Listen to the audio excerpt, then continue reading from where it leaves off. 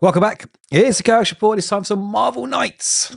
Yes, the long-awaited Punisher series from Palmiotti and Panosian has landed. Promised to be the most savage, brutal Punisher book we've had in a long time. And guess what? It is brutal. I'll definitely give you that. Now, we are going to go through it page by page. There will be spoilers, so read the book beforehand. Like the video if you can, and definitely hit that subscribe button. Otherwise, the Punisher is going to come for you. Now, as we can see, we've got a new grizzled look to Punisher, and he looks badass. He's got a new skull too. In my preview video of this, I did mention the classic skull will be seen at some point, apparently, but for now, this is what we got, and it looks good. It does fit. It's modern. I like it. And the book starts here. Okay, I'm guessing this is Frank talking. He says, "You thought I'd be gone by now, dead, retired, forgotten, but I don't fade. I don't get tired. I get focused. You don't walk away from a fire you started, not when it's still burning, still hungry. And this world, it's starving. I see it clearer with every year that passes. Greed is the root, the rot, the black blood in the veins of everything. The rich, terrified to lose a penny, cling to their empires like addicts. The poor, trapped and drowning, grab at anything, a fix, a scam, a fantasy. Everyone's chasing something, and no one even knows why anymore. It's madness, and I'm the cure. You think I'm the villain? Fine, make me the monster in your bedtime stories. But understand something. Monsters don't need your permission to exist. I chose this path the moment they ripped my family away from me. I could have buried the rage. I could have played by the rules, but I didn't. I became the thing the world fears, because fear is the only thing that gets through anymore. And yeah, I like it. I like the silence after the screams. I like the moment they realize who just walked through their door. I like knowing that when I move, I change the weather in someone else's life. So keep hoping I'll disappear. Keep telling yourselves I slowed down. Lie to each other. Sleep easier. But know this. I'm still here, still watching, still breaking bones and burning lies. Not for justice, not for peace, but because you don't get to rock this world and walk away clean. Not while I'm still breathing." So this definitely sets the tone. And we are on Long Island in Queens, 25 years before The World to Come. Now, The World to Come is the other Marvel Knights book that's running now. It's a little bit late on some of the issues. It's really interesting. I'm enjoying it. And this is before that happens. So I'd advise you jump on that book. You don't need that book to know what's going on here, but it's just good. So give it another try. So he looks like a very angry man here. This Frank Castle is very different to some of the previous runs that have come out recently. He is extremely aggressive. He's crazed even. He's older, more grizzled, and more determined than ever. And he is interrogating this, I guess, mafioso. He wants some information. So one by one, Armando Malero's people tell me what they know, which isn't much. This job's becoming a real grind. And we see he's basically feeding them to some industrial shredder or grinder. The blood's pouring out. The bodies are sort of littered down below. He is not messing. Anyway, of course, he eventually gets an address out of this person that he's trying to track down. When we jump to that person who's in the Lower East Side of Manhattan, he's got two ladies of the night been sent around to him as a gift, as a thank you from Mr. Malero, the sort of the mafia don that Frank is pursuing.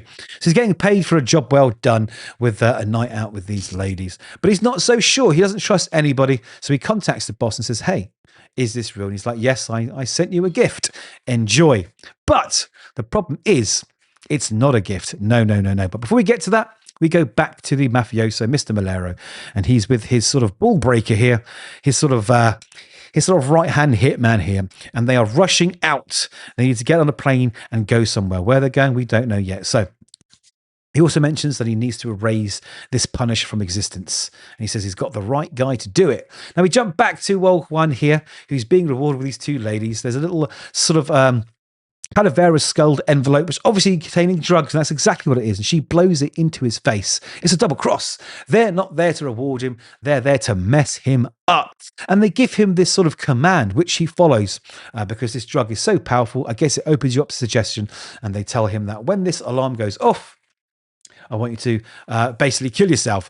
And that's what's happening here. So Punisher turns up in this dirty alleyway. The papers are flying in the air, graffiti everywhere. He's tracked Juan down and he's got some questions. Now, as he enters, those ladies leave and he's not stopping, even though they invite him to come along with her. No, no, no. But he kicks the door down just as Juan is basically jumping out the window and lands on what looks like a bus. He's dead. He is gone. So he has been basically, assassinated by this horrible, horrible Malero. Now, Punisher realizes, obviously, down to the influence of Malero's Z drug, this zombie type drug, and he's sort of out of leads here. So he trashes the place to look for clues, and he finds some phone numbers and also a little map here of the Red Hook area, which is apparently just what he needed to track down his foe. Now we jump to the FBI headquarters in Washington. And they're getting the call that actually that person that was murdered was actually one of their agents. I'm assuming he was undercover, or maybe, a grass, a snitch, or someone working for them. I don't know.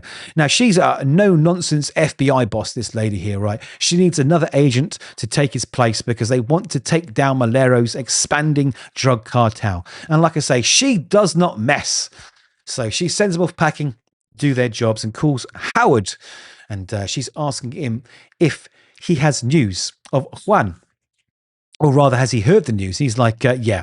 He says, he heard the news. It's terrible. Now, she says, listen, I need some names. I need you to go and do what you got to do. I don't care paying for good information. Okay. I need information and answers now because I want to take this guy down. He's like, don't worry, leave it to me. So this is Howard.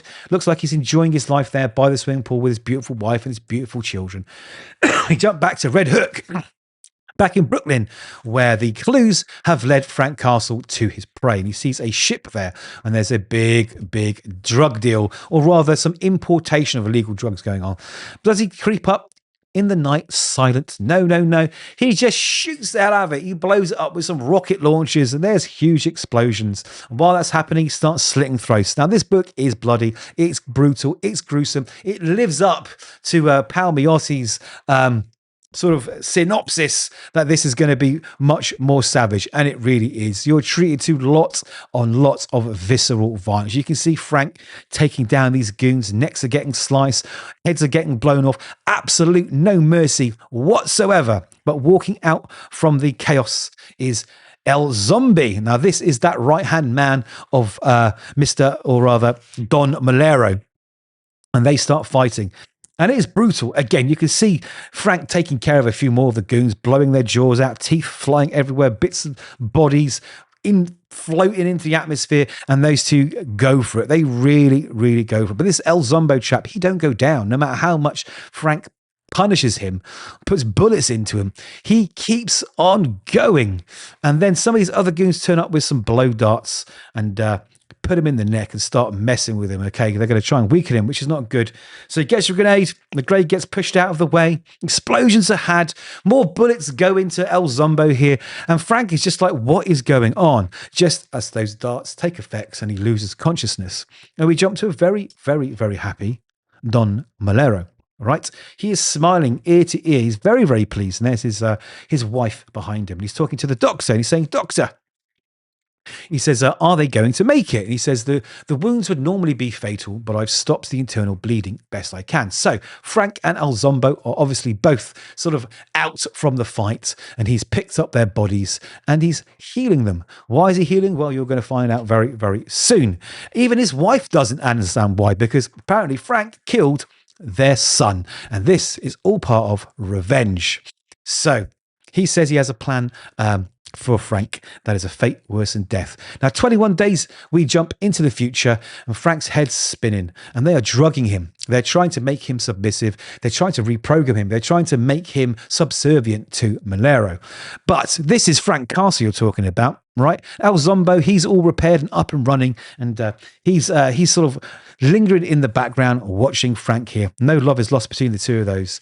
And when the drug doesn't work, he gets a kicking. He gets an absolute pounding. Every day the drug is administered, saying, "Who am I to you?" He goes, "My next kill. Who am I to you, vermin? Who am I to you?" It's like they're not breaking him. Like day 84, day 122, day 156. Frank is sticking up for himself, mate. He is really pushing through this deprogramming, or rather reprogramming. It's not going to work until finally he kind of does succumb a little bit, right? Eventually every man breaks. He says, we're going to teach you a lesson. Smash him in the face. They beat him up again in the face.